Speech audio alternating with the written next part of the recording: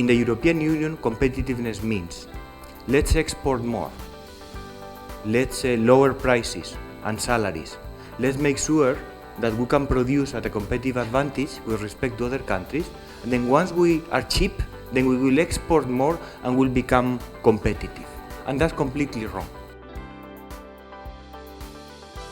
You need access to capital by large, small and medium enterprises. And in Slovenia this seems to be a space for improvement. Slovenia would like to be a reference country in digital Europe, green. We have strong integration in global economy. We are one of the rare countries who exports 80% of the GDP. Currently, the government is very clear about trying to create or co-create this environment for the digital evolution or revolution, if you want. And I think this is a good strategy that can unite us, and we should work together towards this goal, yes, and I think we can achieve it. We are too small to do everything. We need to specialize, we need to figure out where our competitive advantages are, which finally we are doing in terms of the industries which have the largest capability and competence. Obviously we will put much focus on that, and I think it's the right way that will produce very concrete, tangible results for the next 5 years. Our goal is basically to increase the value added per employee. That's what we need to do, which is about increasing it in the present structure of the economy with present companies, which might engage in new projects as well.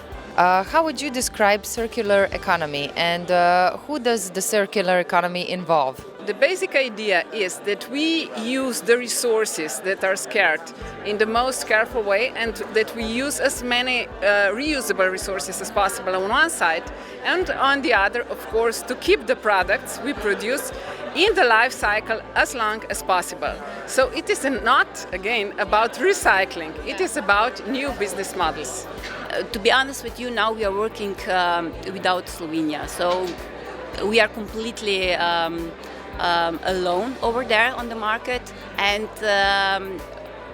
we will see what comes with Slovenia.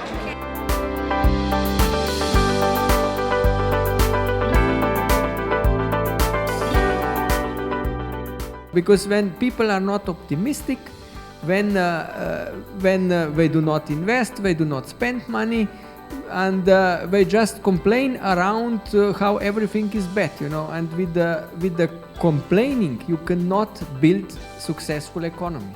We definitely need to do it. It's just that the pool of talent that still stays here, it's less and less of us, and we need to just turn this the other way around. And foreign capital, for sure, it's free of charge, it's free. It's just that it's moving back and forth quite quickly, and we need to somehow have this into our minds, how to actually attract it, and attract it very much, because our fellow neighbor countries does it. We need to expand the value chain, and then you can create jobs. Without that we cannot create jobs, and then we can be competitive. And then as in the strategy which I saw, which is really good, that we can focus also on niche areas, not mass production. Definitely will not be competing mass production with China, with other big countries. What kind of preferences we are able to give to the foreign investors? And we, for my opinion, we just have to follow these small countries like Swiss or like Luxembourg. Nothing wrong with this. Just copy the best practice and do this. One point is what we call multitasking, people having several different tasks. This is something that they appreciate quite a lot because it makes their jobs also interesting, and this is something that some other airports at our portfolio have looked at more closely and have thought of implementing.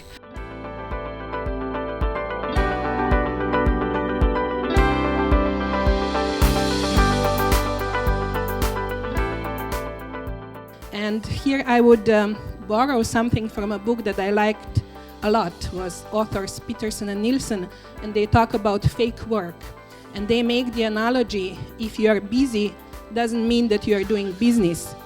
In a similar way, if you go to school or if you go to training, doesn't mean that you are developing the right competencies. What executives and what children need is education for the 21st century, which is not about knowledge. It's about technology, it's about thinking, it's about creativity, and it's about different ways of innovating Because knowledge, if we focus on knowledge, then we're still in the prehistory. We live in the society of young global people.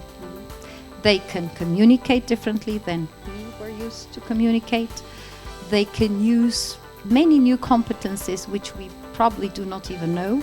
They can create new skills which probably we do not develop, at least not intensively, but they do because they live differently and because they perceive the world differently. The world is just one world for them. It's not just about government needs to do this or that, or here am I'm diplomed whatever engineer or economist or whatever lawyer, now give me my job.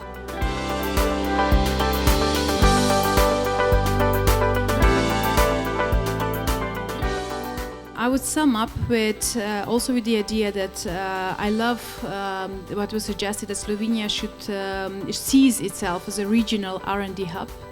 But then again, for that also taxation, not only taxation, but it is an important part of the equation just as well is important. We cannot have high people employed here and take 70% of their earnings and just give them 30. That's just really, really excessive. If we don't provide these talents with the good governance, with the possibility that these talents are somehow, incorporated into society, that they give the good opportunities, not only the salary, but also the opportunities to be developed, they will go, and the brain drain nowadays, it's still quite a young phenomenon in Slovenia. We don't have a good data to be measured on, but it's happening.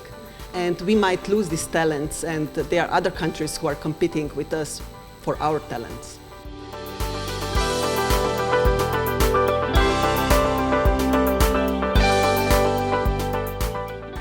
Dear managers, ladies and gentlemen, in this challenge, how to make Slovenia more competitive on a global scale, we, the government and the business sector, are one team.